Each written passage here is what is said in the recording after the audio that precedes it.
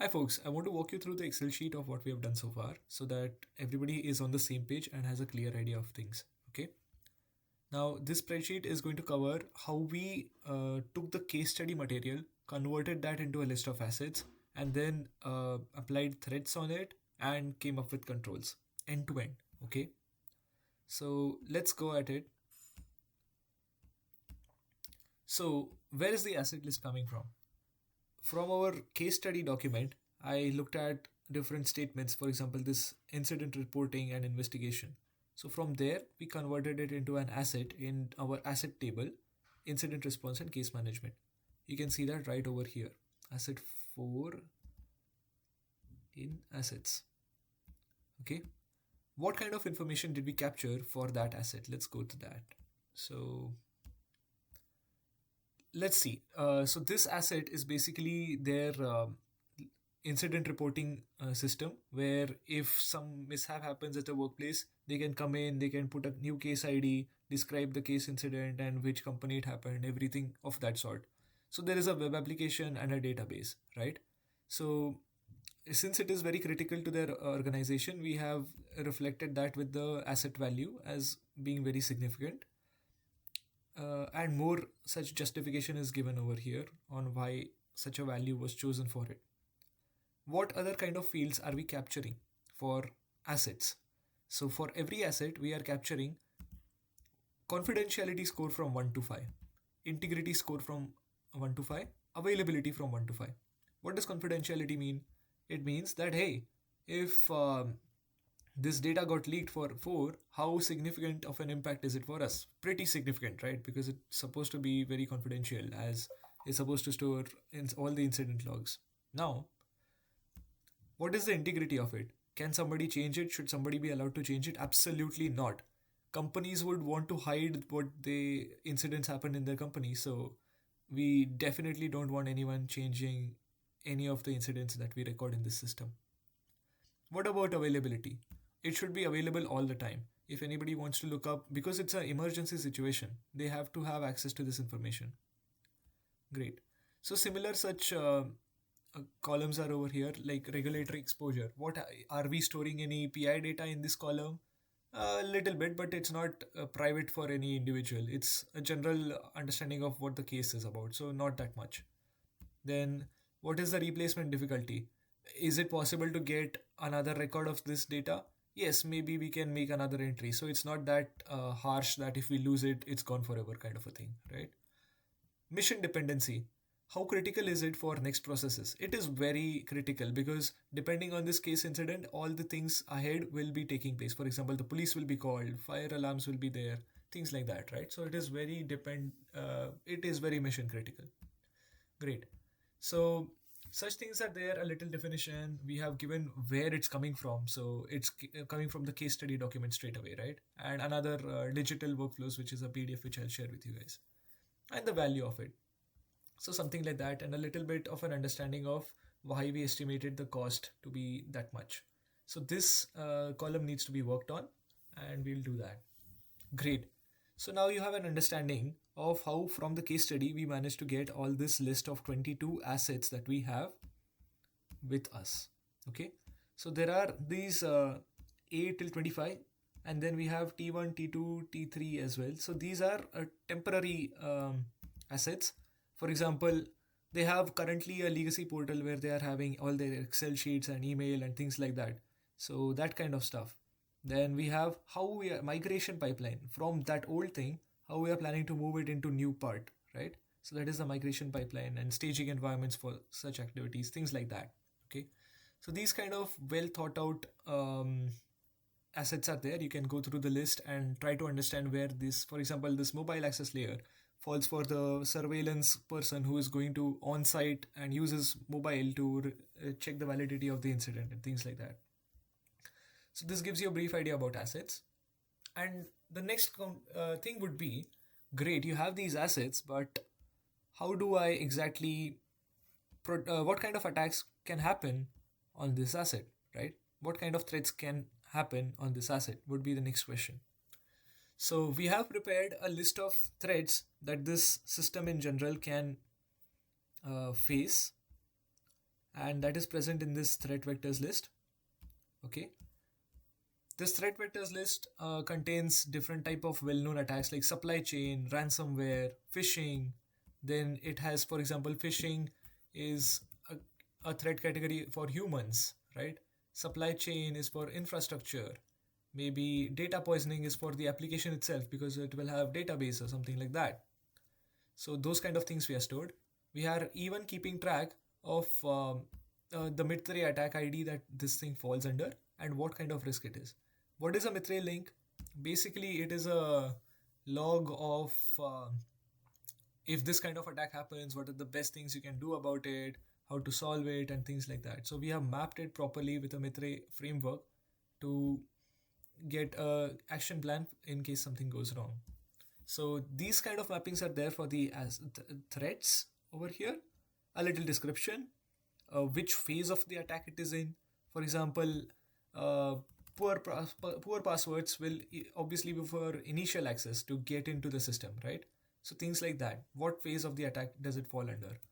Then an real world example of that attack. For example, we talked about SolarWinds in class for supply chain attacks. So that is there.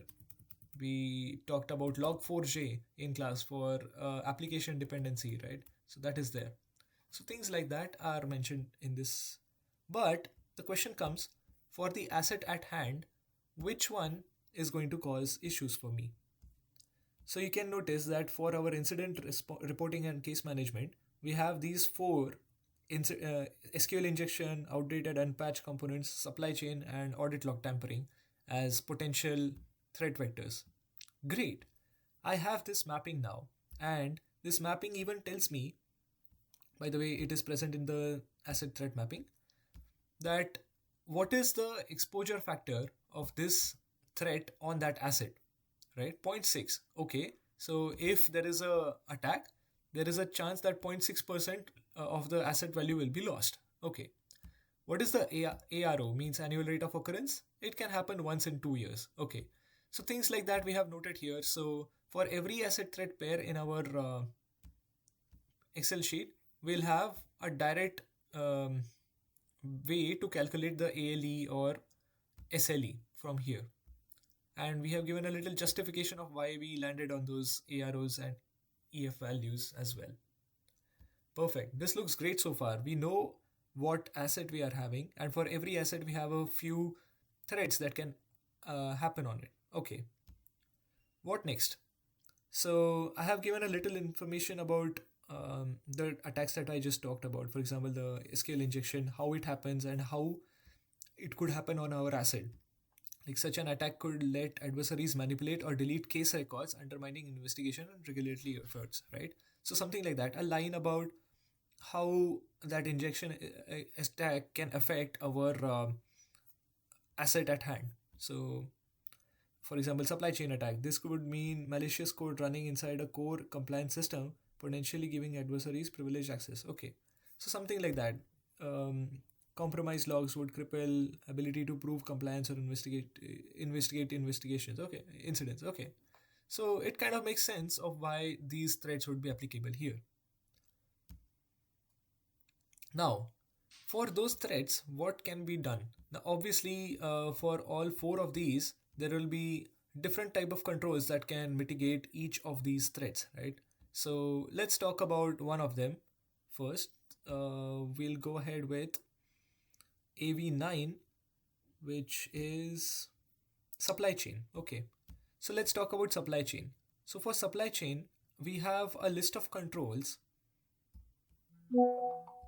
We'd want to see which of the control. Oh my god.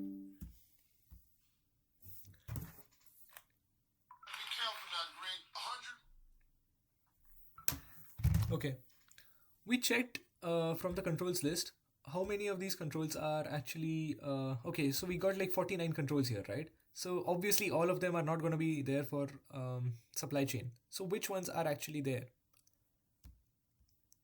There are just three of them: C11, 38, and 41. Let's have a deeper look on those. So it is dependency and container scanning, secrets management, and supply chain. Does that make sense? Let's have a look. So, for example, we are talking about a supply chain dependency, right? What happens if we add this control? It prevents a compromised library from being silently pulled into case management system. For example, if an attacker inserted a backdoor into a commonly used workflow plugin, CSA would catch the abnormality. Okay, great. So CSA is directly going to mitigate the attack that could have happened if there was a supply chain attack, right? Okay. So similarly, other justifications of how the supply chain attack could have been prevented by using these is mentioned over here. Great. So what else? It is important to understand that there is a many to many mapping here. We saw that in the asset thread mapping, there was just one asset but multiple threads acting on it.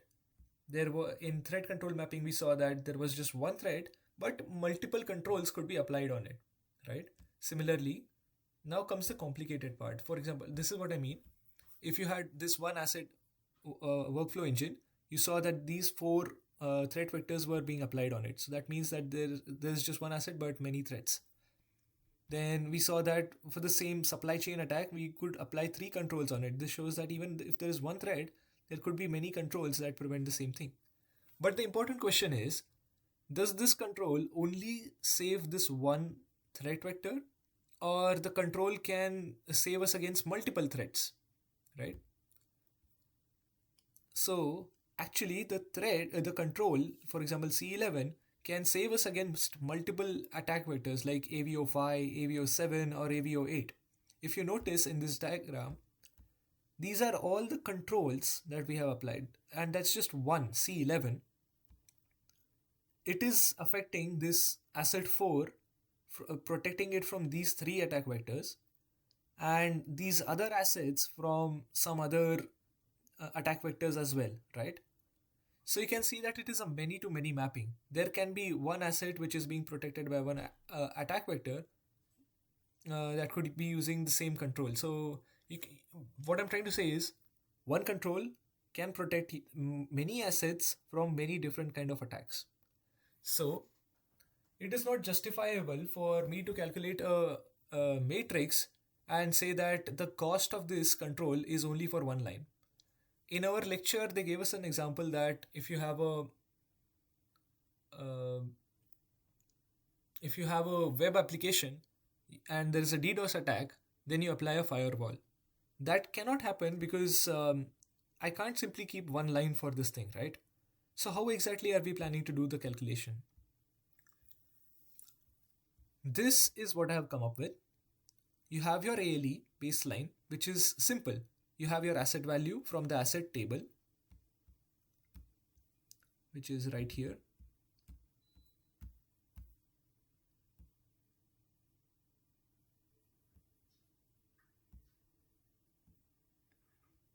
So I got my asset value. Then I got my EF before and ARO before. I'll get this from my asset threat mapping list. So I have my ARO and EF exposure factor from here, right? So I'm able to calculate this. Now for the controls, what I'm going to do is all the controls that apply on it, I'm going to sum how much each of them reduces and then multiply it with the EF factor before. So this will give me in a multiplicative way the EF residual. So how much is the exposure after applying all the controls, after reducing how much ever they reduce the exposure by, right? Some controls might be reducing the ARO. So if that control reduces the ARO, we'll be subtracting the ARO part. How am I getting this mapping from? Where am I getting it from? So in the asset threat control mapping, for every pair that I have listed how much EF reduction it will do. For example, this control is just doing 0 for that particular attack vector ID and for that asset ID. But the EF reduction and ARO reduction, it is doing significant ARO reduction. Some might do only EF reduction and no ARO reduction. So we have taken all those kind of cases where basically we'll be using these numbers for the calculation from here. Okay. Based on this, we come up with, for every asset threat pair, the EF before, and then whatever is this EF residual thing left, EF multiplicative over here, and then EF residual. So we subtract it from it and we get whatever is left over. So using that, we can calculate the ALE after. And that is done over here.